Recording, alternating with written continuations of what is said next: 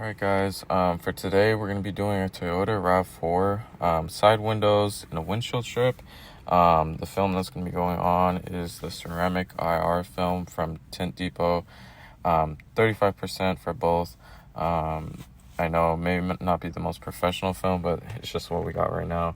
But yes, I started off, sprayed my slip solution on there, Dawn dish up in water just to kind of clean up the window with the Scotch-Brite pad to see if there's anything on there. No film there previously, but just wanted to make sure, clean the outside, and then went with the glass cleaner to clean up one more time on the inside, and just gonna wipe up the edges and dry everything up before I get to the windshield portion of this. And as you can see here, I move into the windshield, just prepping mainly just the strip portion. I didn't want to do the whole windshield, especially to overspray on everything. And yes, I know I don't have anything covered. It's for a family friend. So it was a bit rushed, a bit not professional, but hey, we learn around here. And as you can see here, we lay down our next portion of the film, which is going to go for the side window as well. So right here, we were measuring out just the top portion we want for the windshield strip.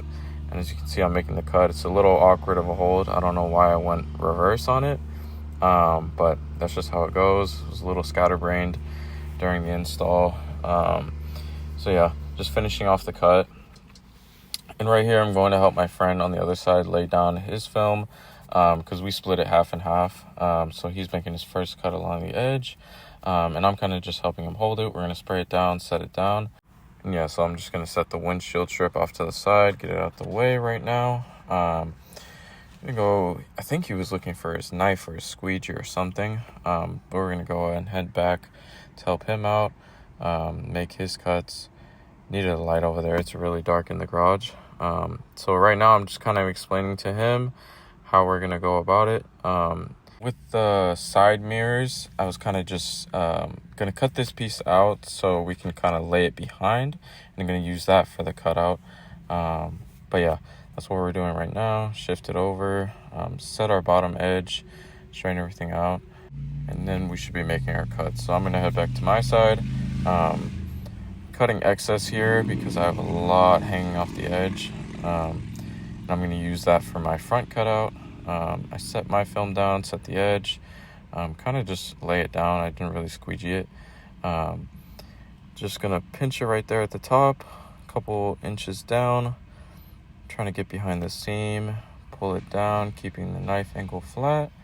And with my cuts, I'm actually worse at cutting than him. Today, I don't think it was too bad, but if you see some mistakes, please call me out. I hope I get some tips and comments for this video. But yeah, then I kind of shift it over 1/8 of an inch, go to the other side, same deal there. Just cut it down, cut the excess.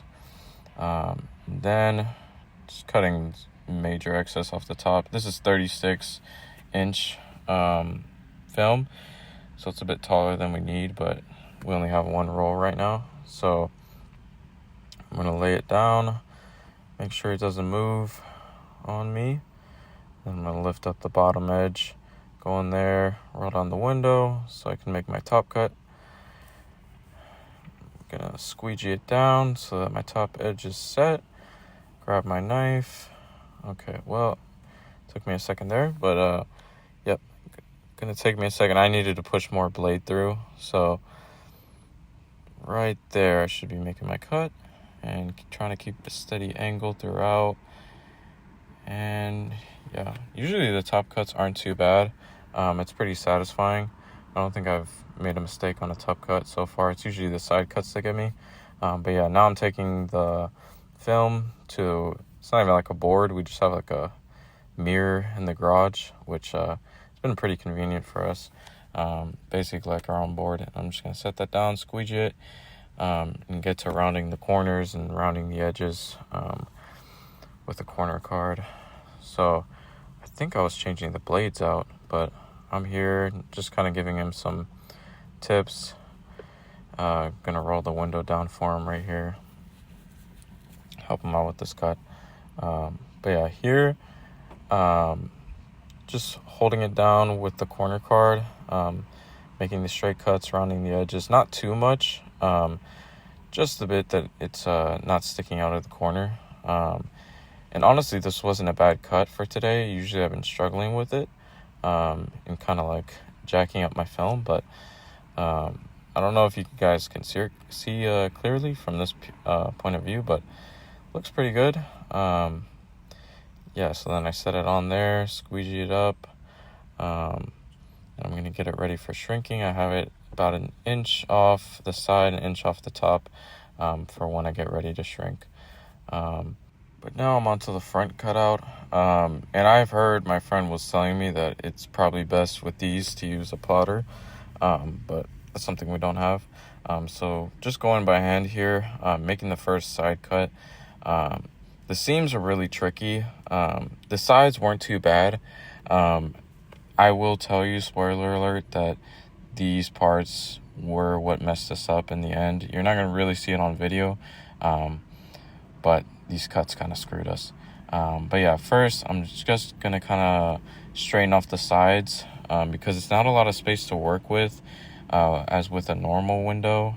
So I'm going to kind of take it step by step. So first I'm cutting off the sides, just kind of measuring everything, just making sure I have everything right.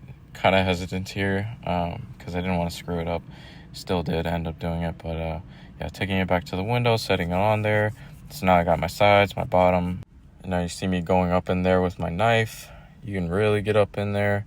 I tried to push the knife as furthest I can up into the seam because I didn't want to have any light gaps, and I think I did pretty good. And you see here, just kind of straightening off the edge, and then I'm going to round my corners here. Don't want any pokey edges. Want to round it out here. Did pretty good with the corners today. Just about holding pressure on the film. So now I'm here to shrink. You can't really see it too much on the GoPro footage in terms of like the fingers. I probably should get like a close-up shot with my phone next time. But here I'm just talking to him about, the method I'm gonna go about it. So I checked everything, swiped everything down. Now I'm taking heat to it. Popped up the film a bit, see what popped up again. Not many fingers at all. And this film actually turned out good on that side. Both of them did. I did get one crease on the side. I think that was from how I was holding it.